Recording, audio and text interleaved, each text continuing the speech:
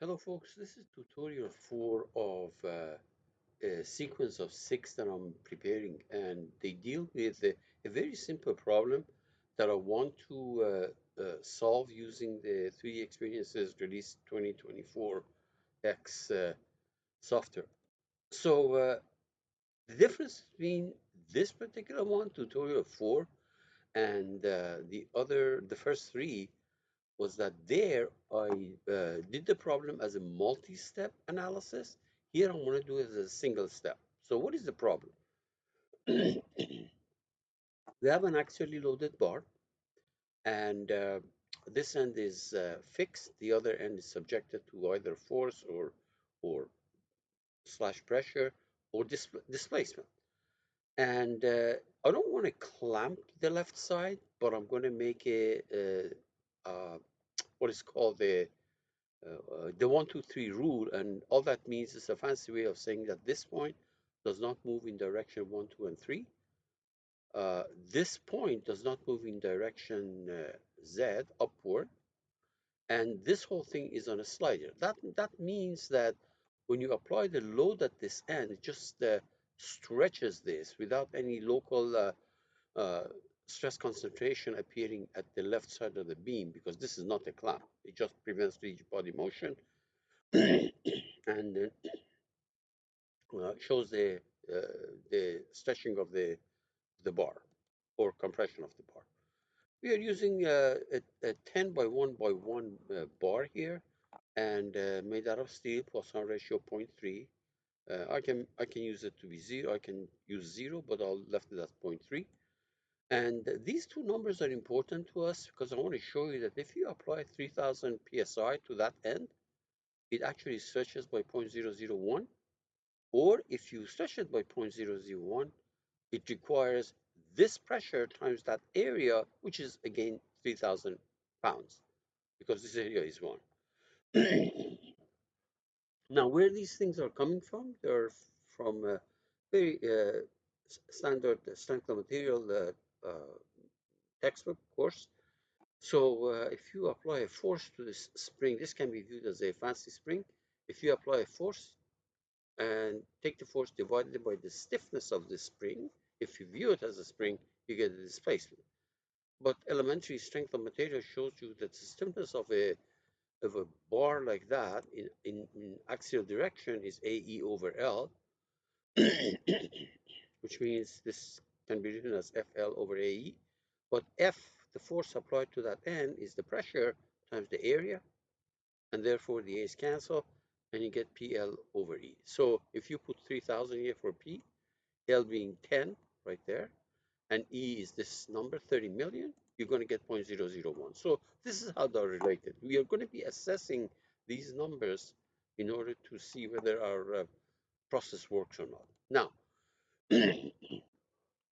in tutorial 1, 2, 3, I actually use 2 steps. Here, I'm not even use 2 steps. I will use a single step. But what is that tutorial for? And what is it? So I apply a pressure to the right-hand side to cause a tension.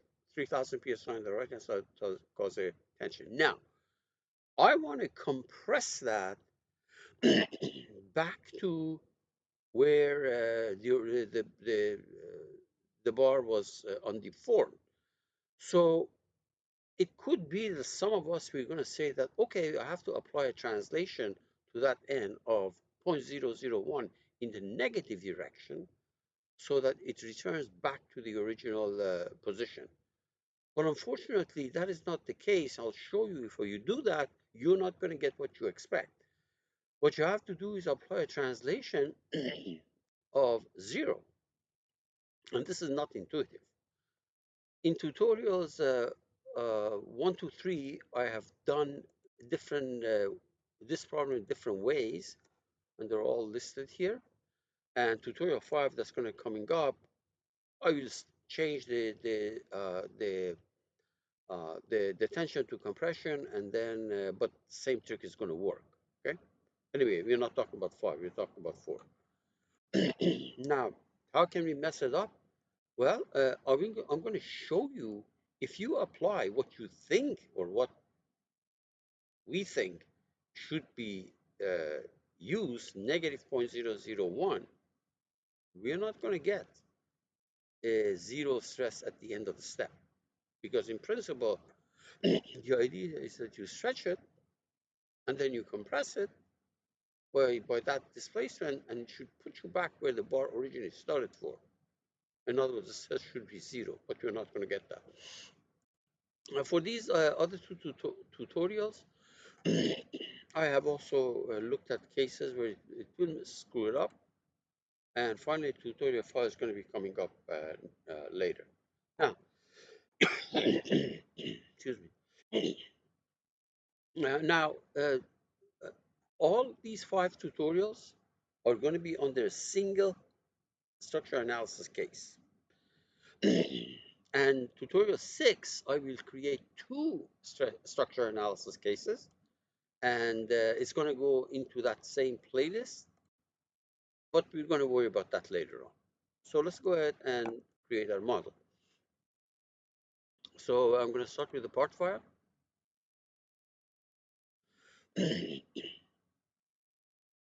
On that vertical plane, I will sketch. Why don't I sketch a square and then sides 1 inch by 1 inch.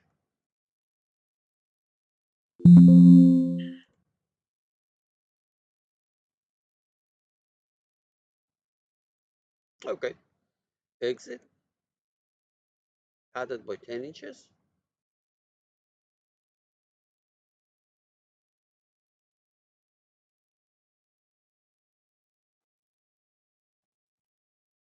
Okay, let's apply a material to it. So this is tutorial 4.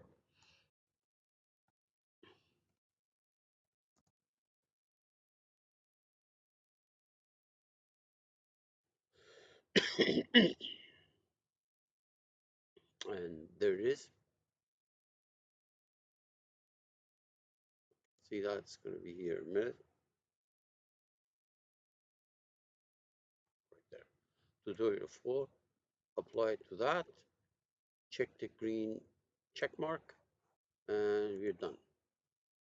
So now we just have to put the material properties in this, which is standard steel. So structural, Abacus multiphysics, mechanical, elasticity, elastic, 30 million BSI, or 30,000 KSI, same thing.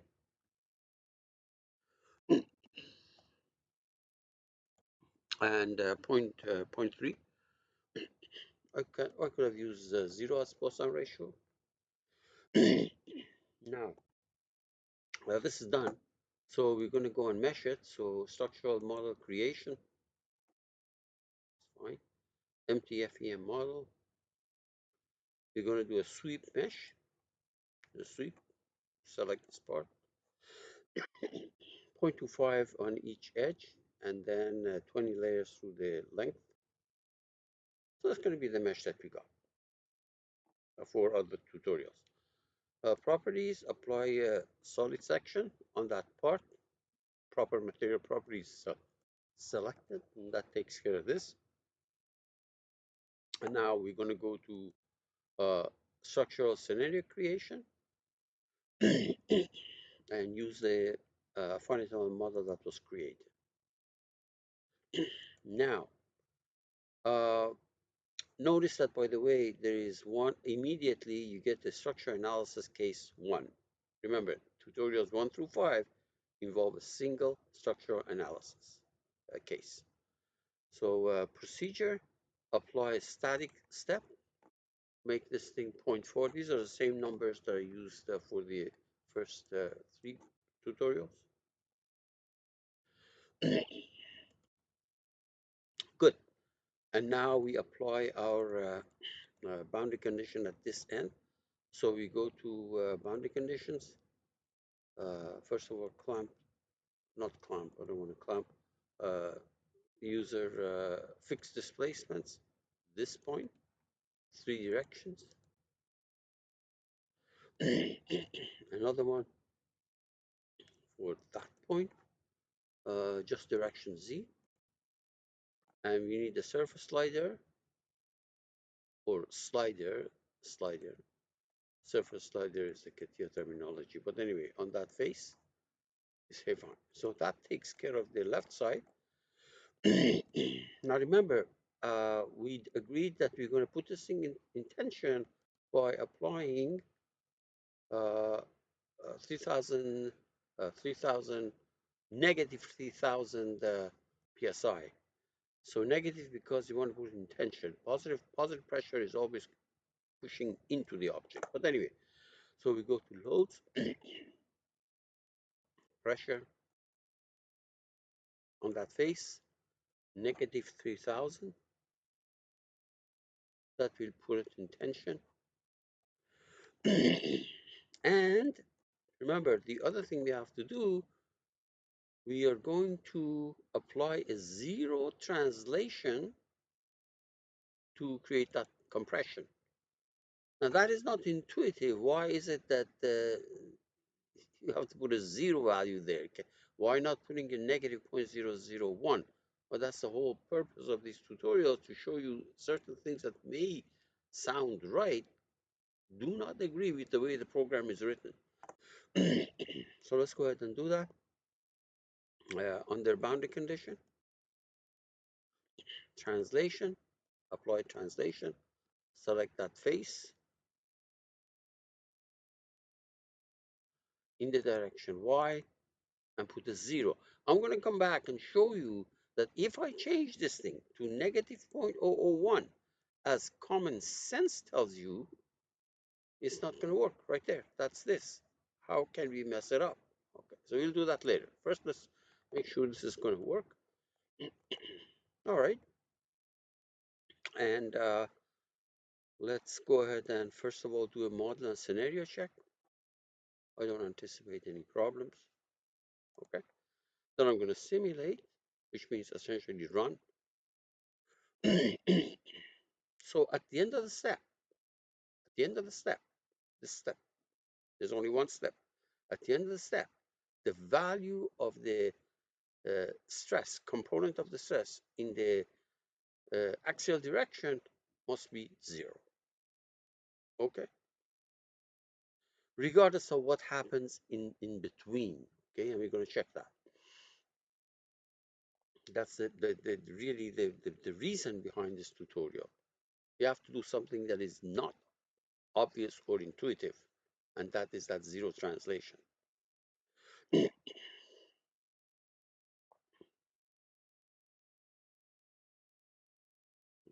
it's almost done.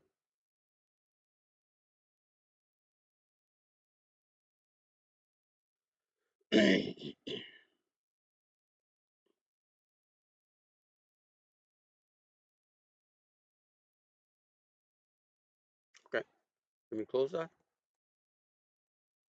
There's only one step. Let's look at the component of stress in the direction Y. It's pretty much all the same, because von Mises stress, all the other stresses are pretty much zero. Okay, but anyway, right there. Look, irrespective of what we do, this is initially, before we do anything. And then things are going to build up. And they go all the way to the end. You can see that all the way to the end, it's zero stress. Don't let these colors fool you. Look at the value of the stress, zero. Okay. Now, what I said is that why don't I go and change that translation instead of zero that we did here? Let's change it to negative 0.001 and see what happens. So let's go back to the scenarios. Double click on that. Double click on that load, not load, translation. Where is it? The boundary condition. Apply translation. Let's make this thing minus 0.001 and run it. And then we're going to check the stress at the very last increment of this step one. It's not going to be zero. You'll see. Okay,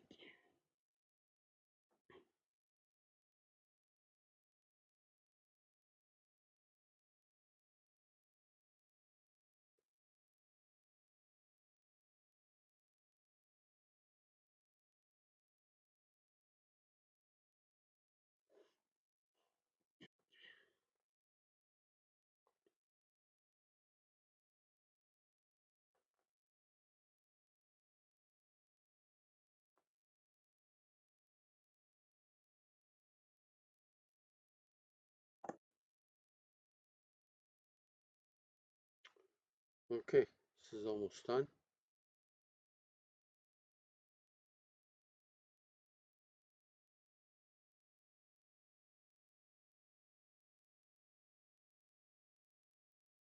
Last step of step one. It is this value. This is supposed to be 0. Okay.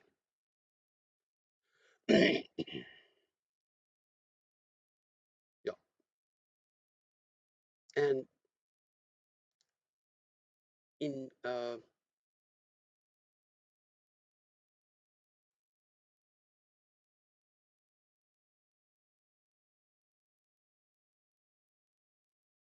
good luck.